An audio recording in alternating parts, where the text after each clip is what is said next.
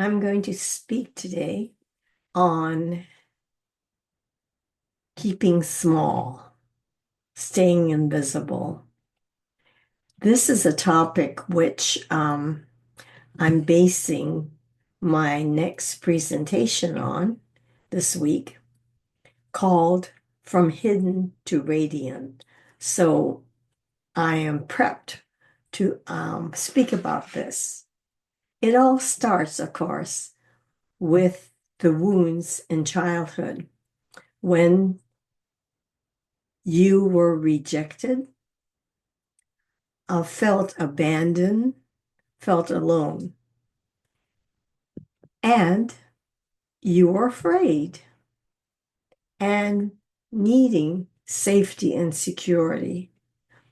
So, one option for the inner child is to not attract attention, to stay hidden and small. So, you can imagine as a young child when they see that someone is being hit, punished, yelled at, that they don't want to be that person. So they're doing everything to avoid it. And one way is to be very silent, not to be visible. So he or she is not a target for this kind of painful experience. Once set that way, the scripts and the beliefs move along to create adult scripts. So here it is how you may be hiding as an adult. One, are you shy? A wallflower? You're not noticeable in a crowd. You blend in because you don't want to stand out. It's about also your hairstyle, your dress, your shoes. As I say this, I have an artist friend who wears um, the most amazing shoes, sequin, glittery, and she colors her hair kind of a magenta color. She has no trouble because of her nature standing out in that particular way. I, on the other hand, would never think of coloring my hair, never think of buying anything but the most conservative clothes and shoes. I may change, but that's my pattern. Because all my life, I've been shy, an introvert, and happy to be invisible. I didn't realize this had to do with childhood wounds until I looked deeply into this topic about being hidden. Because when you're hidden in this way, you don't know who you truly are. All you know is your need for safety to make sure that you don't get hurt again. And you don't take on any kind of position that would make you a target. So, in business, at work, for example, you would turn down a leadership role because then you're visible. You have to lead. Your team members are expecting something from you, and therefore you're a target often of criticism. And if you have a wound of being rejected because you need to feel good, being criticized is not something that you invite. So you turn down positions that would you put you in the limelight, so to speak.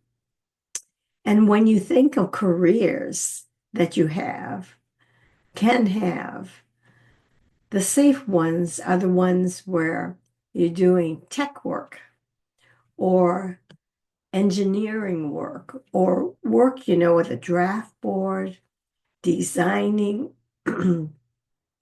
being out of sight, being the support staff. Um, this keeps you safe And that is the prime intention of keeping hidden, keeping you safe, not to experience ever again the position of being hurt as you have been hurt. So, what do you do when you find yourself playing small? First of all, it's good to notice how you have been all through your life. As I was reviewing all of the ways that I get small, I'm surprised when occasionally I would be out there. For instance, in high school and college, I was a debater. Meant being out there, having to advocate and argue for a side, and being on the spot to figure out how to make that happen. In high school, I was the social chairman, so I was in charge of all the social activities, especially the dances and things like that, which is not how I would normally see myself, but somehow I ended up in that situation. However, most of my adult life, especially as a professional, as a psychologist, psychotherapist, life coach, I'm just meeting people one to one. I'm not out there until now where I am getting the teachings on inner child out there on YouTube. I believe that this may be my fifth week presenting different aspect of inner child healing because I have healed enough, so I am not in the hiding mode anymore. And that's the best way I know of to get out of this place because um, it's a way to feel whole when you heal enough of your trauma parts. As I've said before, the walls which you've erected, all the beliefs and patterns to keep you safe get removed so that the wall becomes permeable and even dissolves, which gives you access to your heart. And with access to your heart, you are connected to your heart's wisdom. You're connected to how your heart uses emotions to give you messages of what is okay in terms of your need for safety, need for protection, um, need for respect, love, etc.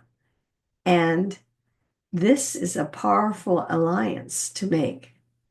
In addition to that, once you become closer and closer to an undefended heart, you're in a place to access the wisdom that you came with. Marianne Williamson said we came as love, but we learned fear.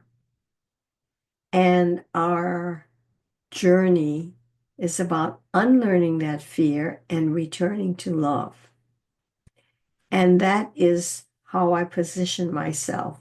I am helping people to unlearn their fears, the fears that were created or were stimulated in childhood and held by the trauma parts, so that the adult's life is defined by fear.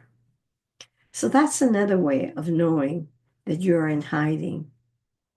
Ask yourself, in any position you're in a relationship, in family, at work, anywhere, how safe do you feel?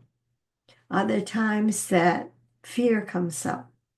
And if it does, it means that there's a trauma part yet to be healed.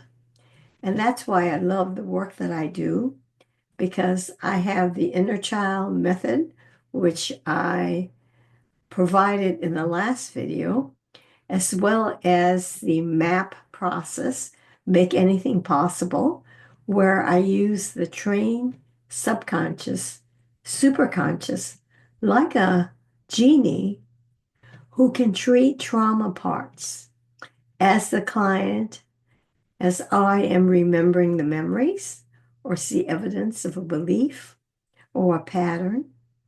I can ask superconscious, please heal the trauma parts, do a massive change history and everything after that. That is how I work with myself and with my clients, so that the fear that is held by trauma parts is treated, it's neutralized and released. And the more parts that are treated, there are less triggers in an adult's current situation that would bring up fear.